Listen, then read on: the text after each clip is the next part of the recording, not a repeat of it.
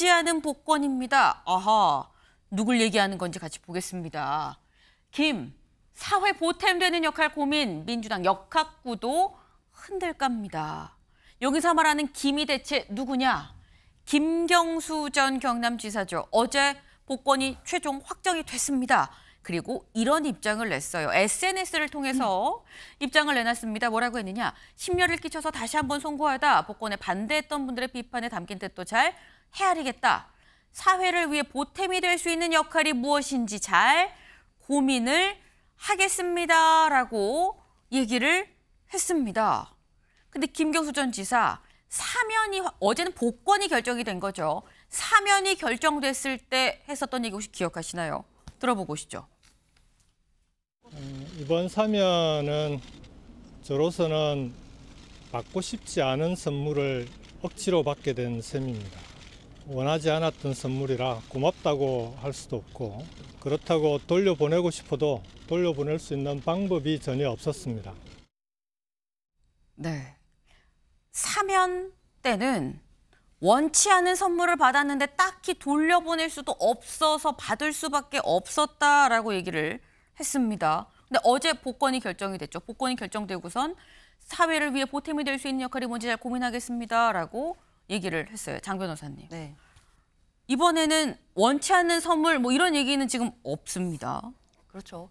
상황이 달라졌죠. 그러니까 재작년에 사실 사면만 되고 복권이 되지 않았을 때는 물리적으로 몸만 풀려난 거였습니다. 정치적으로 정치인의 생명은 아직까지 묶여있는 상태였기 때문에 사실상 그런 부분에서 여러 가지 또 정치적인 해석이 나올 수밖에 없는 또 국면이었고요. 특히 일반적으로 우리가 생각을 해봤을 때 사면과 복권을 한꺼번에 하는 것이 일반적인 경우이고 김경수 전 지사처럼 사면만 하고 복권은 나중에 떨어뜨려서 하는 경우가 오히려 이례적이라고 할 것입니다. 그렇기 때문에 재작년에 김경수 전 지사가 사면만 돼서 사실 감옥소에서 나올 때 저 장면에서는 김경수 전 지사로서는 많은 생각이 들었을 겁니다. 본인에 대해서 정치적인 생명을 풀어주는 복권을 해주지 않으면서 물리적으로만 몸을 풀어주면서 그 당시에 또 사실 김경수 전 지사만 사면된 것이 아니라 이른바 여권 측의 정치권 인사들도 함께 사면된 부분들이 있거든요. 네. 그렇기 때문에 마치 김경수 전 지사의 사면을 지렛대 삼아서 사실상 여권 측 또는 보수 인사들의 사면을 하고자 했던 것 아니겠느냐. 그 물타기로 본인이 쓰인 것이 아니겠느냐 하는 씁쓸한 마음도 저는 있었다고 생각이 듭니다. 그러나 이제 또 세월이 지났고요. 이제는 복권이 된 것이고 복권이 된다라고 한다면 이제 앞으로 정치 생활을 하는 데 있어서 그리고 뭐 지방선거라든지 대권주자로서 아무런 지금 걸림돌이 없게 되는 상황이 되었기 때문에 당연히 이 부분에 대해서는 본인이 어떤 보탬이 될 수 있을지 또 민주당을 향해서도 또 국가를 향해서도 어떤 역할을 할 수 있을지 이 부분에 고민하겠다 이런 메시지는 당연히 저는 적절하게 나왔다라고 생각이 들고 이제 앞으로 과연 그럼 김경수 전 지사가 뭐 이른바 뭐 친명, 뭐 친노 또는 뭐 비명이라고 할 수 있는 분들의 구심점 역할을 할 수 있는지 이런 부분을 좀 주목해서 보면 될 것 같습니다. 네. 지금 어떻게 설명을 주셨냐면 사면은 몸만 풀려난 거고 복권은 정치적인 생명을 다시 얻은 거다라고 말씀을 하셨어요. 어제로 비로소 김경수 전 지사는 표현을 빌리면 정치적인 생명을 새롭게 얻었다라고 볼 수가 있는 건데 정치적인 생명을 얻고 첫 일성이 사회를 위해 보탬이 될 수 있는 역할이 뭔지 잘 고민하겠습니다 였거든요. 그러면 최수영 의원님 여기서 말하는 역할은 뭘 의미하는 거냐라는 겁니다. 그러면 그 지금 사회에 보탬이 될 수 있는 역할을 뭐 자원봉사를 하겠습니까? 무슨 뭐 밥 나누기 그 뭐 이런 봉사를 하겠습니까? 저는 여기에 담긴 정치인의 메시지는 함의가 있는 거죠. 네. 저는 딱 여기에서 네 글자가 떠올랐습니다. 네 글자. 중국의 고사성어인데 도광양회. 현재의 오늘 중국이 있기까지 덩샤오핑이 했던 이야기입니다. 빛을 감추고 때를 기다린다. 그래서 지금의 중국 굴기가 가능했던 겁니다. 그래서 중국이 그 근대화와 네. 현대의 과정을 이뤄낸 거죠. 저는 지금 사실 김경수 전 지사가 지금 12월 달에 온다고 쳐도 네. 세력이 있습니까? 지금 실제로 아마 친노 친문에서 이번에 입성한 사람이 20여 명이 채 안 될 겁니다. 네. 그다음에 PK에 지금 기반이 있습니까? 그리고 아직도 드루킹 사건이 민주주의의 공론회장을 훼손시켰다는 이른바 중도에서 싸늘한 시선도 아직 있습니다. 반성도 하지 않았다고 해서 네. 한동훈 대표는 반대까지 했습니다. 자, 그렇다면은 지금 할 수 있는 게 없어요. 이런 상황이라 그러면은 도광양해, 빛을 감추고 때를 기다려야죠. 그러다 보면은 찬바람이 올해도 지금이 무더위지만 네. 조만간 찬바람도 불어오잖아요. 10월 11월이면 야권에도 이재명 사법 리스크라는 1심 판결이라는 찬바람이 불어옵니다. 그때 때를 기다릴 수도 있고 그때 어떤 균열 지점이 났을 때 네. 정말 본인이 세력화를 도모하거나 에너지를 키워서 게임 체인저가 될 수도 있는데 지금 현재 입장에서는 이렇게 짧게 그나마 아주 드라이하게 사회에서 보탬되는 일을 하겠다. 정치인이 사회에 보탬되겠다는 얘기는 정치하겠다는 얘기죠. 그렇다면 저는 답은 확실하다. 다만 지금은 빛을 감추고 때를 기다리는 도광양회의 전략으로 임할 것이다 라고 저는 분석합니다. 도광양회라는 표현을 쓰셨어요. 하지만 지금은 나와도 딱히 뭐 빨리 귀국을 한다고 해도 할 수 있는 게 뭐가 있겠느냐. 지금 현재 뭐 이른바 비명계라고 얘기할 수 있는 사람들도 원내에 거의 없고 라는 말씀을 하셨는데 사실 여기에 대해선 최재성 전 수석은 또 이렇게 해석을 하고 있습니다. 직접 들어보시죠. 근데 여당 포함해서 전체 네. 대권과도 대권구도에서는 뭐 물론 이제 지지율이 이제 관건이지만요. 저는 네. 꽤 나온다고 봐요. 김경수 지사가 연말에 귀국하고 만약에 첫 조사 같은 대권 후보 네. 첫 조사 같은 걸 태우면은 의미 있는 숫자가 바로 나온다고 저는 보고 있거든요. 네, 김경수 지사 귀국하고 여론조사하면 바로 의미 있는 숫자 나올 거다, 두각을 드러낼 거다라고 지금 전망을 하고 있습니다. 정광재 대변인 네. 어떻게 보십니까? 저는 최근의 흐름을 봤을 때 김경수 전 지사가 활동할 공간은 당분간은 찾기 어려울 것이라는 생각을 하고 있습니다. 최소영 평론가 말씀하신 것처럼 내년엔 이렇다 할 선거가 없습니다. 보궐선거도 거의 있지 않을 가능성이 크고요.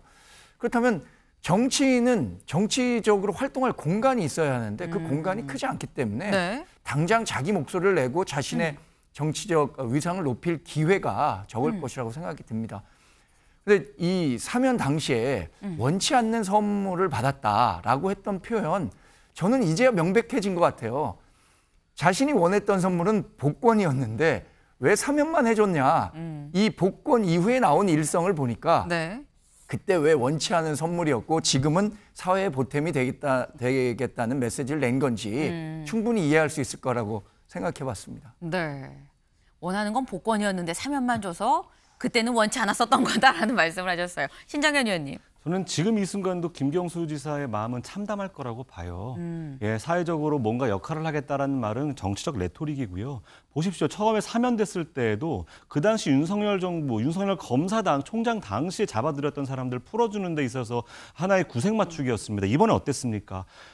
그야말로 이명박 정부 당시의 비리 인사, 박근혜 정부 당시에 국정농단 인사들을 다 풀어주고 사면 복권하는 과정에서 김경수 전 지사 한 명 꽂아 넣은 거예요.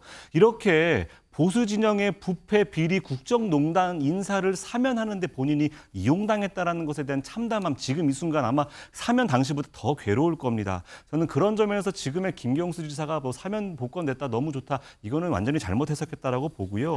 현 시점에서 김경수 지사가 할 수 있는 포지션은 두 가지입니다. 이재명의 보완제가 될 것인가, 네. 이재명의 대체제가 될 것인가. 하지만 앞서 최재성 전 수석이 하신 말씀처럼 네. 높은 지지도를 받기 위해서는 보완제로 그치면 안 되거든요. 10월 이후에 사법 리스크 이후에 보완제로서의 역할을 한다 그러면 그 우산에 갇혀버립니다. 민주당 지지율 30%를 넘지 못하고 있는 상황이지 않습니까? 그래서 대체제로서 그 역할을 하되 도강양회, 너무 멋진 말씀 주셨는데 현재 비명행사 당한 친문, 친노 그룹들을 끌어안고 김동연, 조국과 같은 새로운 대체제로서 준비를 하고 있는 그룹들을 끌어안는 네. 하나의 리더로서의 리더십을 어떻게 보여주느냐.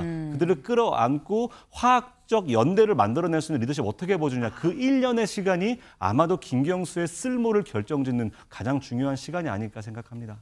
사실 가장 어려운 게 화학적 결합이 언급이 될 때죠. 정치에서 화학적으로 결합하는 게 가능한 거냐라는 얘기까지도 있긴 한데 그걸 해내야 진짜 보완제가 아니라 이재명의 보완제가 아니라 대체제로 서지 않겠느냐라는 말씀이에요. 근데 말씀 중에 그 얘기가 정광재 대변인께서는 지금 정치적인 룸이 있어야 되는데 지금 현재 뭐 당장 선거도 없고 지금 김경수 전 지사가 할 수 있는 게 없다라고 말씀을 하셨어요. 근데 어제 장경태 최고위원이 또 이런 얘기를 했습니다. 무슨 얘기를 했나 같이 볼까요? 김경수 전 지사가 마음의 준비가 되시면 이재명 전 대표가 지명직 최고위원까지도 고려하고 계시지 않을까 생각을 한다. 그래서 지금 보완제 대체제 얘기가 나오는데 이재명 전 대표가 이제 이제 전당대회가 끝나니까요. 네, 어대명 이재명 대표가 다시 되면 연임이 되면 지명직 최고위원으로 김경수 전 지사를 놓을 수가 있다. 장 변호사님, 네. 현실 가능성 어떻게 보십니까? 글쎄요, 뭐 정치는 생물이기도 하고 또 그리고 정치는 또 상상의 영역이기도 하니까요. 장경태 의원께서 사실 어떤 정보를 가지고 저런 말씀을 하셨는지 본인의 정말 그냥 판단인 것인지 아니면 어느 정도 정보를 취합하신 또 이야기인지는 좀 지금으로서는 알기는 어려운 것 같은데요. 네. 얼마든지 저는 가능할 수도 있겠다라는 생각 듭니다. 이재명 대표가 또 신임 대표 당대표가 되고 그리고 지도부가 꾸려지게 된다라고 한다면 당연히 민주당으로서는 이제 시간이 없거든요. 정말 빠르게 그리고 빠르게 통합해서 당원들께 국민들께 효능감 있는 정치 보여드리겠다라는 약속 지켜야 되는 상황이고 네. 그렇다면 그때야말로 뭐 계파 갈등이라든지 친명과 비명 간의 계파 싸움 이런 거 국민들께 보여드릴 시간 없거든요. 그렇다면 상징적으로라도 네. 김경수 지사에 대해서 뭔가 지명직 최고위원 자리를 권함으로써 우리가 이렇게 통합하고 화합하고 우리는 계파 갈등이 아니라 정말 민생을 위해 유능한 야당이 되고자 한다라는 걸 국민들께 보여줄 수 있는 또 그런 상징은 될 수 있다고 생각이 듭니다. 그렇기 때문에 가능할 수도 있겠지만 이거는 사실 전당대회 이후에 정말 또 그 이후에 또 많이 벌어질 여러 가지 변수들이 있기 때문에요. 네. 그 이후에 또 우리가 봐도 늦지 않을 것 같습니다. 정치는 생물이고 상상의 영역이다라는 말씀을 하시면서 뭐 가능성도 있다라고 말씀을 하셨어요. 최수영 의원님. 한마디로 이 얘기는요. 네. 야생마 마구간 가두기 전략입니다. 야생마 마구간 가꾸기 전략? 야생마를 마구간에 가둬두겠다. 마구간. 야생마를 들판에 풀어놓으면 위험하니까. 지금 장경태 최고가 얼마 전 그런 얘기했잖아요. 왜 이 시기에 사면 복권하는지 사실 좀 의아스럽다. 네. 그때는 약간 우리 진영에 폭탄 떨어지는 거 아니야 했는데 그 폭탄을 우리가 지뢰밭 아닌 우리 쪽으로 수거해서 안전하게 가둬두겠다는 얘기죠. 이 얘기는 그 얘기입니다. 그 얘기인데 김경수 지사가 글쎄 이걸 받을지 모르겠지만 이재명 대표가 또 제안할지도 의문이네. 왜냐하면 네. 정봉주 하나도 지금 최고위원회 들어오면 버거울 텐데 두 사람까지 두겠다?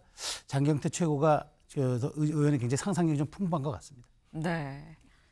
지금 만약에 이게 시행이 된다면, 현실화가 된다면 이 위험한 야생마 마구간에 잘 좀 가둬두는 관리 측면에서 하는 건 할 수 있지만 현실 가능성이 떨어진다. 왜?